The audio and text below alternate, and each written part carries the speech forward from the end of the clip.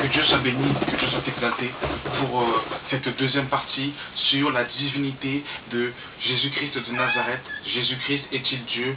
Je poursuis cette vidéo. Avant tout, je voudrais remercier Dieu pour la vie qu'il nous donne.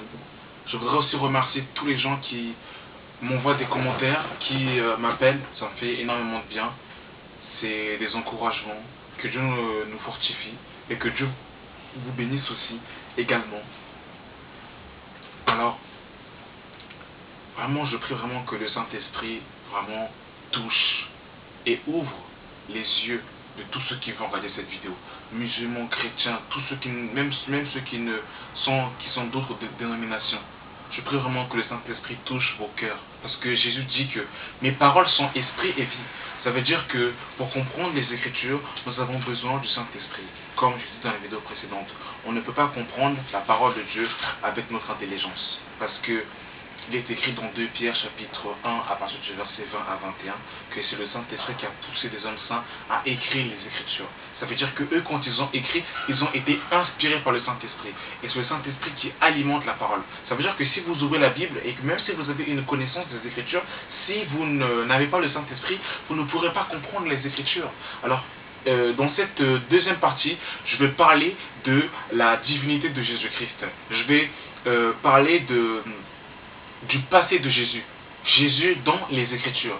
Parce que Jésus, si nous disons que Jésus-Christ est Dieu, ça veut dire qu'il faut qu'il ait au préalable avoir eu une préexistence. C'est-à-dire qu'il fallait qu'il soit présent dans l'Ancien Testament avant qu'il se manifeste, avant qu'il s'incarne, je dirais, dans les évangiles. Alors, je vais prendre un premier passage dans l'évangile de Jean, chapitre 8, à partir du verset 56. On nous dit ceci: Abraham, votre père, a tressailli de joie à la pensée de voir mon jour. Il l'a vu et il s'est réjoui. Les Juifs lui dirent: Tu n'as pas encore 50 ans et tu as vu Abraham Tu n'as pas encore 50 ans et tu as vu Abraham. Jésus leur dit: en vérité, je vous le dis, avant qu'Abraham fût, je suis. Là-dessus, il prit des pierres pour les jeter contre lui, mais Jésus se cacha et il sortit du temple, passant au milieu d'eux, et ainsi s'en alla. Donc ici, dans ce passage, Jésus parle aux Juifs, et il leur fait comprendre, il leur dit quelque chose de terrible. Parce que quand on lit les Écritures, il faut se remettre dans le contexte historique. Ici, Jésus parle aux Juifs, et il leur dit que Abraham a vu mon jour. Il l'a vu et il s'en est réjoui. Mais d'un point de vue humain, c'est pas possible. Parce que si nous disons que Jésus-Christ n'a pas existé avant, il ne pouvait pas dire ça, c'est pas possible. Donc si Jésus dit que Abraham a vu mon jour, il l'a vu et il s'en est réjoui, ça veut dire que Jésus a vu Abraham. Et là, les Juifs ont dit: mais tu n'as pas encore 50 ans et tu dis que tu as vu Abraham.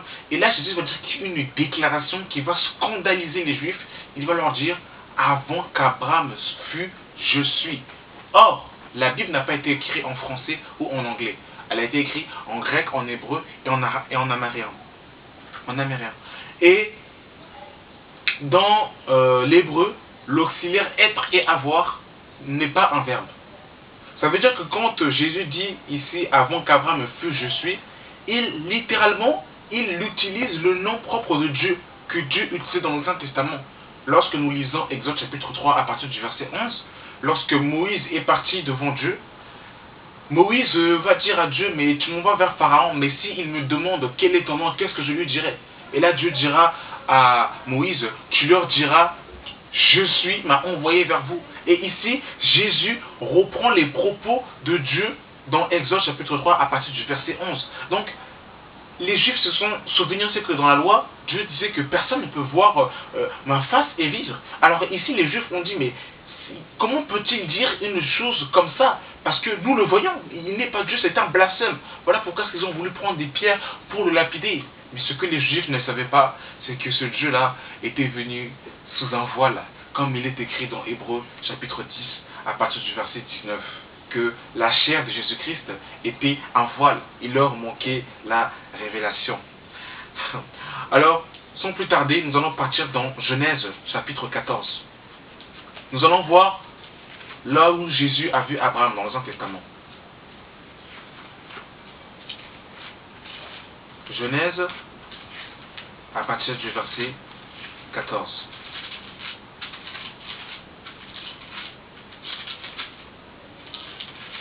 À partir du verset 14, on a dit ceci.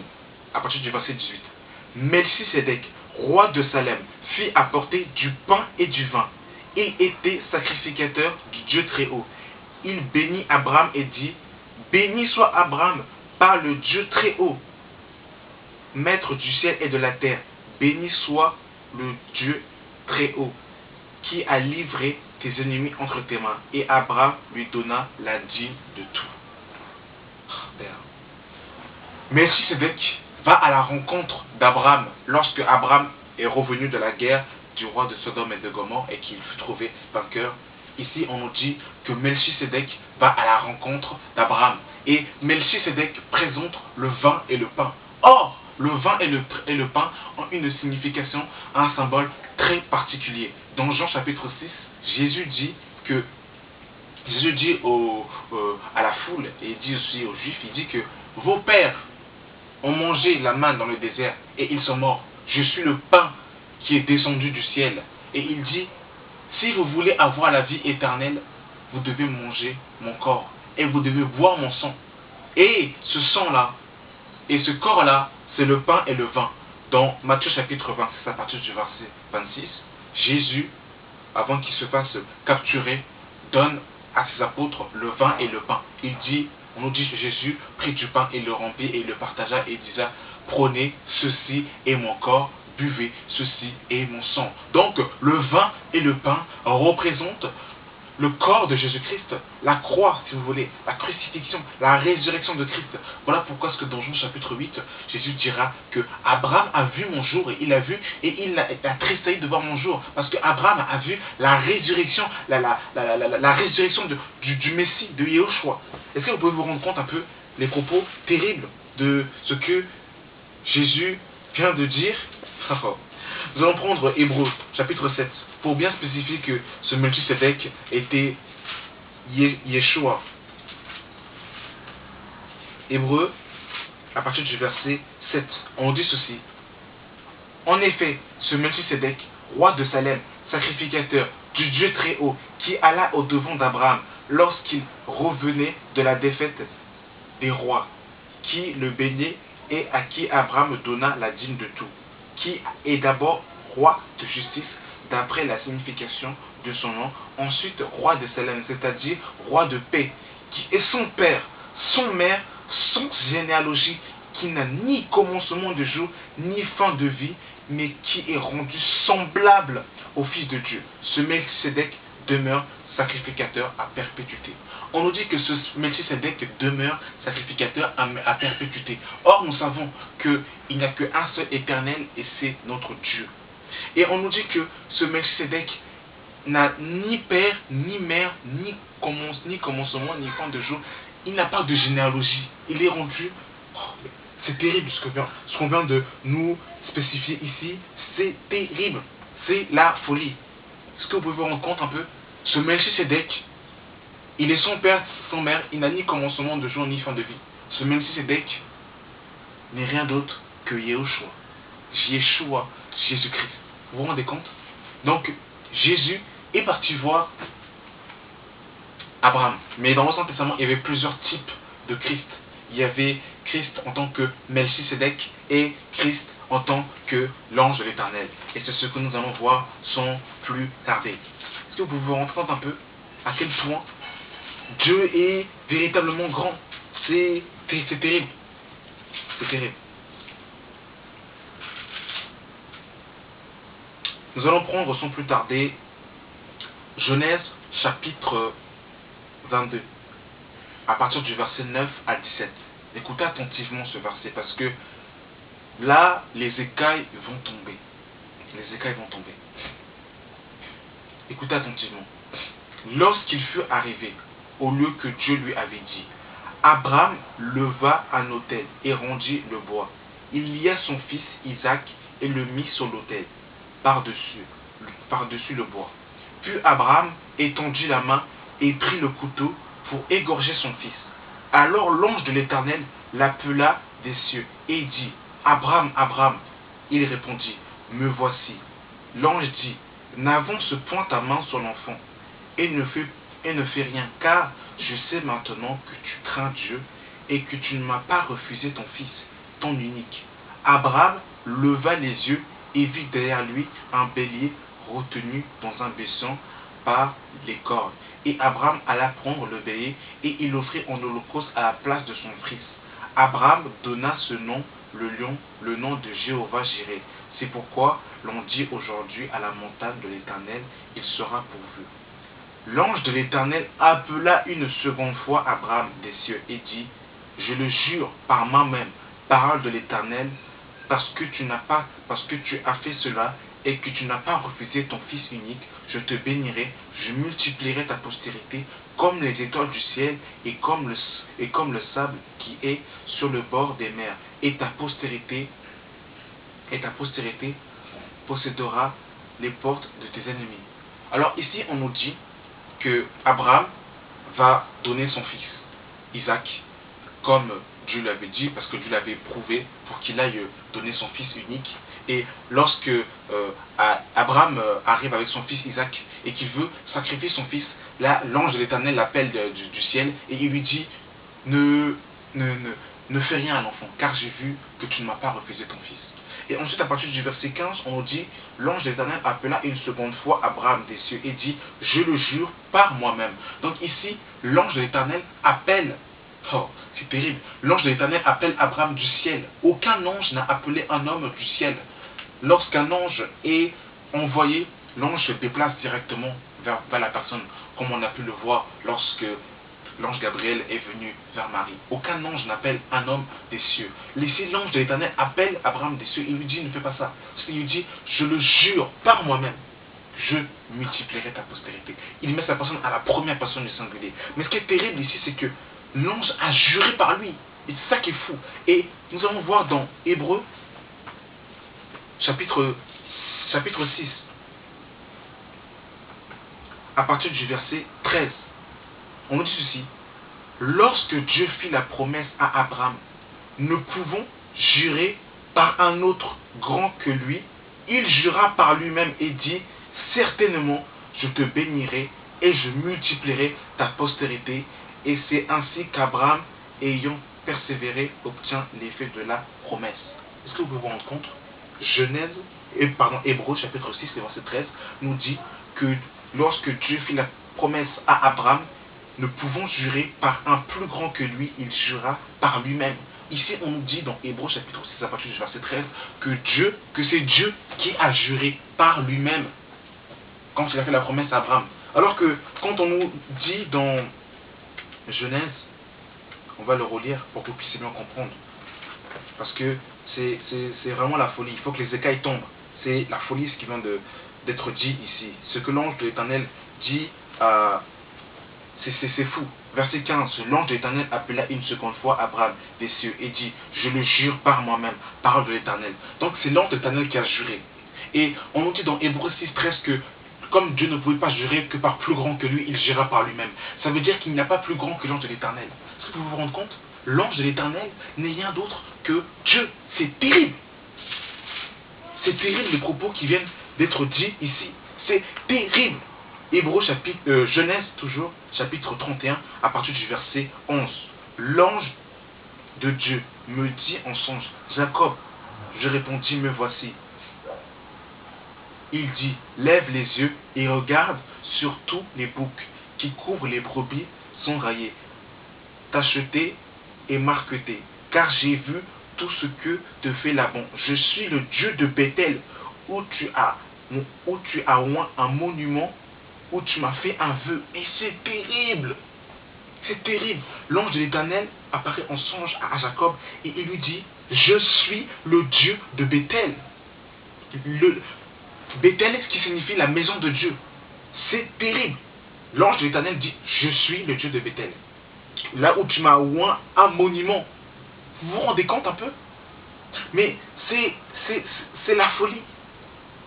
C'est la folie. C'est terrible. Cet ange de l'Éternel est vraiment particulier. Il est vraiment particulier. Et nous allons encore aller encore plus loin encore. Nous allons prendre Zacharie chapitre 3. à partir du verset 1 à 7, qui nous dit ceci. Il me fit voir Josué, le grand sacrificateur, debout devant l'ange de l'Éternel, et Satan qui se tenait à sa droite pour l'accuser. L'Éternel dit à Satan, que l'Éternel te reprime, Satan, que l'Éternel te reprime, lui qui a choisi Jérusalem. N'est-ce pas là un tisson arraché au feu? Or Josué était couvert de vêtements sales, et il se tenait debout devant l'ange. L'ange, prenant la parole, dit à ceux qui étaient devant lui, ôtez-lui les vêtements sales. Puis il dit à Josué, vois, je t'enlève ton iniquité et je te revêt d'un habit de fête.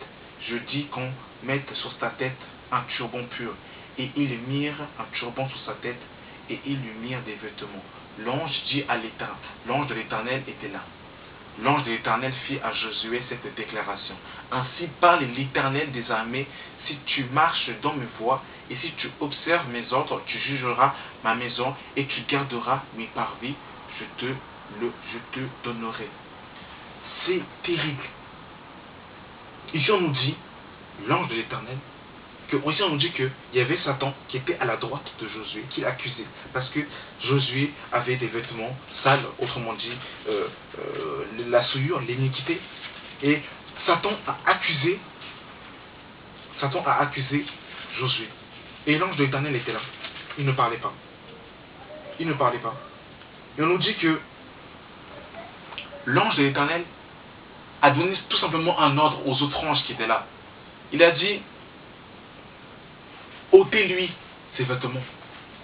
Il a dit, voici, je t'enlève, je te ôte littéralement ton iniquité. Je te revêt de vêtements de fête. Est-ce que vous pouvez vous rendre compte? Dans l'Ancien Testament, le péché n'était pas ôté, il était tout simplement couvert. Et ici, l'ange de l'Éternel a ôté l'iniquité de Josué. Est-ce que vous pouvez vous rendre compte un peu les propos que vient d'être dit? C'est terrible, c'est terrible. Et lorsque nous prenons les évangiles, dans l'évangile de 1 Jean, non, l'évangile de Jean, chapitre 1, à partir du verset 29, voici ce qu'il est dit. Le lendemain, il dit Jésus venant à lui, et il dit, voici l'agneau de Dieu qui ôte le péché du monde. Ça veut dire qu'il n'y a que Jésus qui ôte le péché du monde. L'ange de l'Éternel a ôté l'iniquité de Josué. Mais laissez-moi vous poser la question. Si l'ange de l'Éternel n'est pas Jésus, si Melchisédek n'est pas Jésus, mais qui sont-ils? Qui sont-ils? La même autorité. Et c'est terrible. Et ce que vous devez comprendre, c'est que Jésus a plusieurs aspects, plusieurs types. Il est en même temps l'agneau de Dieu. Il est en même temps le lion de la tribu de Juda. Il est en même temps le fils de Dieu. Il est en même temps l'ange de l'Éternel. Il est en même temps Melchisédek. C'est-à-dire qu'il y a plusieurs types. Comme il est écrit, Jésus est la sagesse infiniment variée de Dieu. Il est le pain de vie. Il est l'arbre de vie. Il est le roc. C'est terrible. C'est terrible. Jésus, tu es trop fort. Tu es trop fort. Donc, vous venez de comprendre ici que Melchisédek n'est rien d'autre que Jésus-Christ. Et quand ce Melchisédek, en plus, il parle dans Genèse 14 à Abraham, il s'est présenté comme El Elyon, le Dieu très haut. Et on nous explique dans Philippiens chapitre 2, à partir du verset 9, qu'il a reçu le nom qui est au-dessus de tout nom. Ça veut dire qu'au nom de Jésus, il n'y a pas plus grand que le nom de Jésus. C'est terrible. C'est terrible. Vous vous rendez compte un peu que Melchisédek, c'est Christ, l'ange de l'Éternel, c'est Yeshua. Et dans le Nouveau Testament, il n'est plus question de l'ange de l'Éternel, parce que Jésus s'était incarné, donc il n'avait plus besoin de l'ange de l'Éternel. Vous vous rendez compte un peu, c'est terrible que les écailles tombent, que les écailles tombent, que vous puissiez comprendre la préexistence de Jésus-Christ dans l'Ancien Testament. Dans l'Ancien Testament, c'est terrible. Que Dieu nous éclaire. Que Dieu nous éclaire. Que Dieu vous donne la révélation sur sa personne. Que Dieu vous donne la révélation sur sa personne. Merci Seigneur Jésus-Christ pour cette vidéo. Continue encore à éclairer ton peuple. Donc cette deuxième partie, c'était sur la préexistence de Jésus-Christ dans l'Ancien Testament. Jésus-Christ, ange de l'Éternel, Jésus-Christ, Melchisédek. Je vais poursuivre encore si Dieu me l'accorde. Merci Seigneur pour cette vidéo. Bénis ton peuple au nom de Jésus-Christ. Amen.